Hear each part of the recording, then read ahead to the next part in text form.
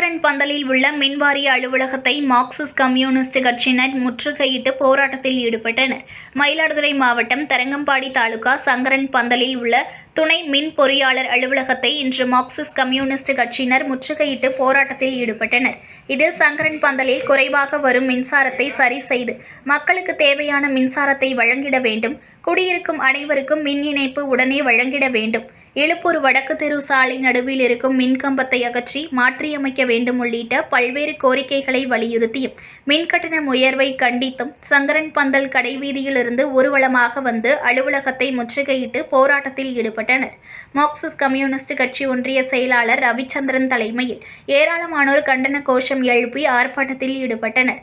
பின்னர் பொறையார் போலீசார் மின்வாரிய அதிகாரிகள் பேச்சுவார்த்தை நடத்தினர். கோரிக்கை ஒவ்வொன்றாக நிறைவேற்றப்படும் என தெரிவித்துள்ளனர். நியூஸ் ஒன் தமிழை லைக் பண்ணுங்க, கமெண்ட் பண்ணுங்க, ஷேர் பண்ணுங்க, மறக்காம சப்ஸ்கிரைப் பண்ணுங்க.